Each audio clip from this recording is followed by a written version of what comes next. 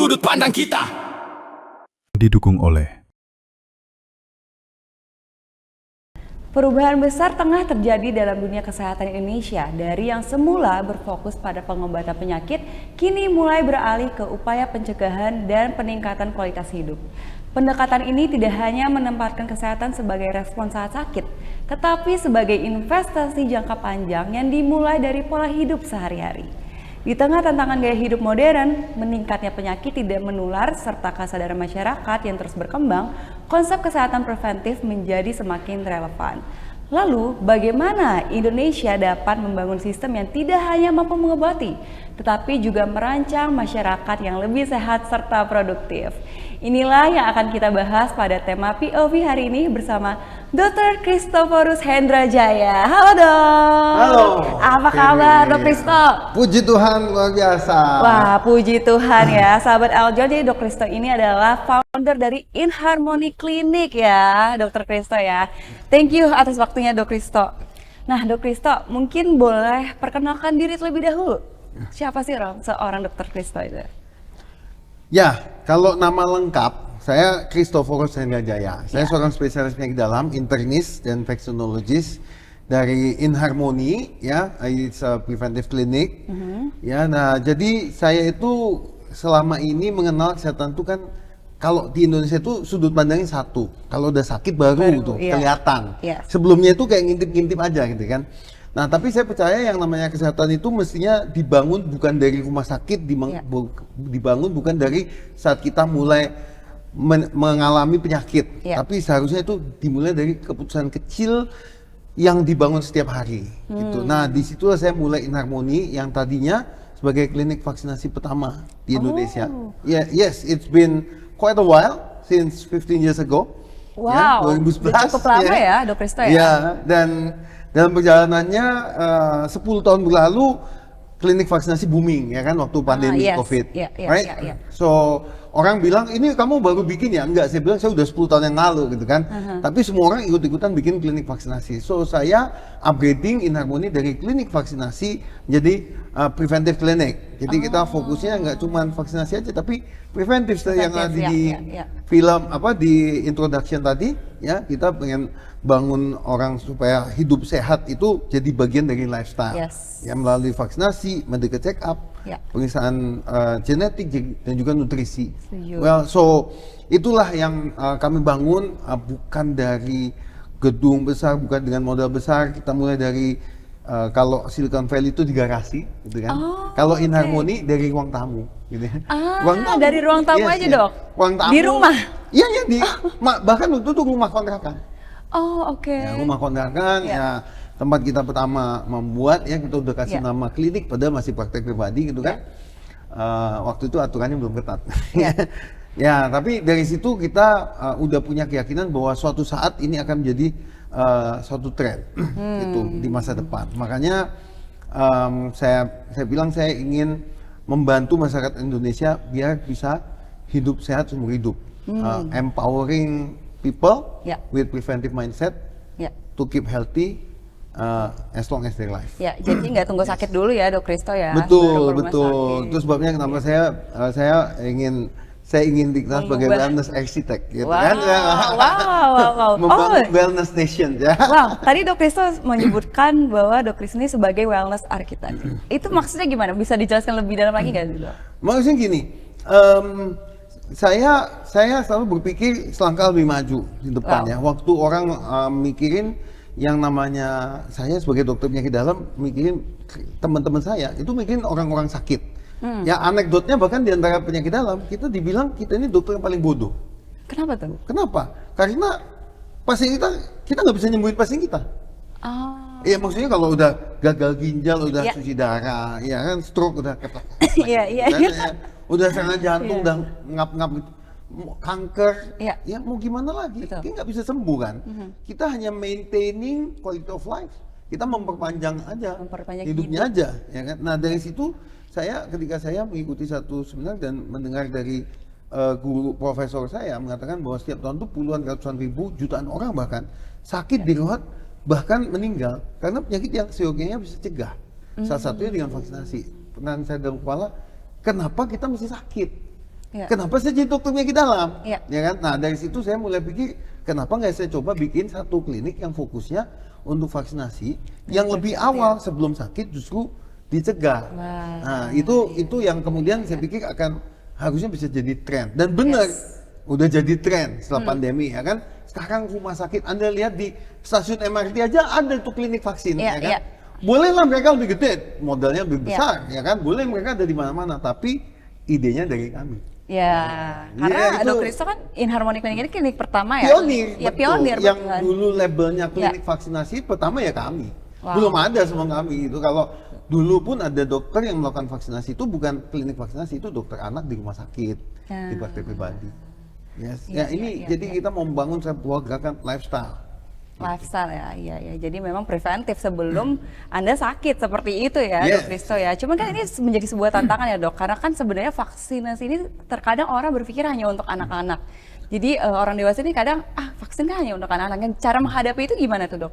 Nah, kalau zaman dulu itu sangat-sangat relevan banget. Memang zaman dulu hampir semua orang pikir vaksin itu buat anak. Tapi it's a blessing in disguise ketika COVID datang. Sebetulnya justru vaksin COVID buat orang dewasa, right? So when COVID hits, people start to understand that vaccination is not solely for kids or even babies, gitu. Itu juga buat orang dewasa. Nah dari situ sekarang mulai banyak orang-orang yang sudah tercerahkan in some way. Mereka mulai paham bahwa ini juga penting buat mereka, walaupun masih kontroversi dan tarik ulur itu ada. Nah sekarang gimana kalau pertanyaannya gimana buat yang masih belum memahami itu supaya lebih memahami, jawabannya ada cuma satu, diedukasi. Ya bangun awareness-nya itu gitu. Karena memang preventif itu dibangun dari awareness. Ya kan? Kalau orang udah sakit udah telat. Kita pengen sebelum sakit kita ingatkan dulu, dan itu needs a huge amount of education. To build awareness. Berarti sampai sekarang Dok Risto juga terus memberi edukasi ya kepada masyarakat Indonesia, khususnya orang dewasa ya, bahwa sebenarnya vaksinasi itu tidak hanya untuk anak-anak, justru orang dewasa juga perlu gitu ya. Exactly, that's my daily bread. Even like this talk show gitu kan. Ketika saya minta berapa jam sebelumnya, bisa nggak bicara? As long as I'm talking about this, I'm okay. Right? Karena this is my passion, this is my life. Wow, ini memang passionnya Dok Risto ya tadi, Dok. This is what I live for. Wow, ya. Nah, Dok, masalah apa sih di Indonesia nih yang membuat Dok Risto tuh merasa harus ada perubahan, Dok? Khususnya di sekarang kalau kita bicara kenapa harus berubah, ya kita lihat aja Indonesia kondisinya kayak gimana. Anda tahu yang namanya BPJS itu sekarang it has been around more than 12 years. Right? Buat sampai sekarang masalah kesehatan itu tidak selesai-selesai. Betul. Bahkan makin gunung. BPJS makin defisit. Waktu COVID aja, COVID is the only time that BPJS book a surplus. Do you know why? Because they didn't utilize their budget. Karena waktu COVID budgetnya itu nggak kepake. Semua budget dipakai, budget kesehatan dipakai untuk ngurusin COVID, dan COVID budgetnya bukan dari BPJS tapi dari Kemenkes. So mereka sisa. Setelah COVID selesai, mereka tambah makin defisit. Karena apa? Ketika kita mikirin ibaratnya api, mikirinnya itu gimana cara madamin api, ya kita fokusnya pada treatment kan, pada kuratif kan, pada reaktif. Kalau kita reaktif itu kan berarti harus sediain apar di mana-mana, harus training, bukan training ya, bahkan kita mesti training banyak pemadam kebakaran supaya siap-siap kalau apinya berjalan. Itu mau sampai kapan? Yang kita harus lakukan kan justru kita didik mindsetnya, gimana caranya supaya jangan sampai kebakaran. Jangan sampai kejadian dulu ya. Exactly. Kalau namanya bangsa yang sehat itu bukan dibangun dari rumah sakit, tapi dibangun dari kebiasaan sehari-harinya nih. Gimana biar mereka bisa sehat. Ya kan? Kalau kita bicara penyakit, sampai kapan? Penyakit akan ada terus. Habis COVID apalagi? Ada lagi yang baru, Nggak pun penyakit menular, ada penyakit metabolik, kan? Diabetes, darah tinggi, kolesterol, dan sebagainya. Yang itu tentu akan semakin take more resources, semakin banyak orang ya tinggal makin dikali aja, ya kan? So kalau kita lihat, saya prihatin karena waktu saya pernah jadi vendornya BPJS, sebetulnya saya pernah memberikan vaksinasi buat karyawan BPJS by the way, salah satu kantor pusatnya lah, ya kan. Dan di sana saya lihat ada gede-gede slogan tentang preventif, ya kan, tentang pencegahan, the spirit of prevention gitu. Tapi sampai sekarang kerjanya gimana caranya jadi pemadam kebakaran. Nah ini kayaknya menurut saya kita nggak bisa mengharapkan, bukannya kita nggak boleh mengharapkan pemerintah, kita tentu mengandalkan pemerintah, tapi kita nggak bisa mengharapkan hanya pemerintah. Betul. Kita masyarakat juga harus ikut berkontribusi, Betul. harus ikut gotong royong dengan pemerintah untuk memperbaiki nasib bangsa kita sendiri. Wah, jadi memang perubahan mindsetnya itu ya tantangannya ya, untuk mengubah mindset masyarakat Indonesia itu tersendiri ya. Yes. Dok, kalau kita tarik mundur tadi tentang InHarmony Clinic, tadi kan dimulai dari ruang tamu, dan InHarmony Clinic ini merupakan pionir ya. Nah, waktu itu dok, bagaimana respon orang terhadap ide Dok Christo? Kalau bicara respon terhadap ide sih, belum ada, atau waktu itu tidak ada yang menentang sih ya. Karena apa? Karena waktu itu orang juga nggak tahu apa satu, ya kan. Dan yang kedua, saya memulai dari kalangan kesehatan juga. Jadi karena saya dulu sekolah spesialis penyakit dalam, ya, jadi saya mencoba menawarkan vaksinasi buat teman-teman dokter-dokter penyakit dalam dan sesama calon spesialis penyakit dalam juga. Terus ke adik-adik koas, ya tentu waktu itu rejeksinya nggak banyak, cuman acceptance-nya juga nggak banyak. Jadi nggak pada nolak, tapi juga nggak nerima juga gitu, beberapa saja ya. Contoh vaksin dulu dikit banget, tapi along the way saya coba untuk ke outreach lebih banyak ke komunitas, ke gereja, ke majelis taklim. Saya sampai ikut pengajian segala, kumpul-kumpul ikut pengajian gitu kan, kasih edukasi, kasih talk show. Really, I did that.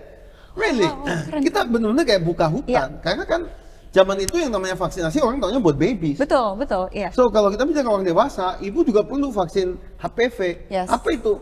Nggak tahu apa HPV, vaksin kanker cervix. Kanker cervix emang banyak gitu. Dan kita pernah sampai di satu majelis taklim di ibu-ibu pengajian tuh 63 ibu-ibu ketemu 3 yang positif bibit kankernya. Oh iya? Iya, waktu kita periksa. Jadi kita mulai juga, karena nggak bisa langsung vaksin, kita periksa dulu pap smear gitu kan. Dapatlah itu 3 yang calon udah bakal jadi kanker. Nah dari situ mulai orang percaya. Situlah awalnya kita buka-buka mindset orang. Oh, ketika udah mulai ada nih risikonya, orang baru takut juga. Baru takut, kan? Betul. Baru deh, oke deh saya juga vaksin. Wah, begitu ya perjuangan Dok Christo ya untuk mengedukasi komunitas-komunitas dan masyarakat ini memang luar biasa Dok Christo. Oke, sahabat Eljon, di segmen berikutnya kita akan membacakan pertanyaan dari sahabat Eljon di live chat YouTube Eljon TV. Jadi buat sahabat Eljon yang mau bertanya, silahkan tulis di kolom komentar ataupun kirim ke WhatsApp Eljon TV. Jadi jangan kemana-mana, stay tune, tetap stay di sini sampai tayangan berikut ini. POV Sudut Pandang Kita Didukung oleh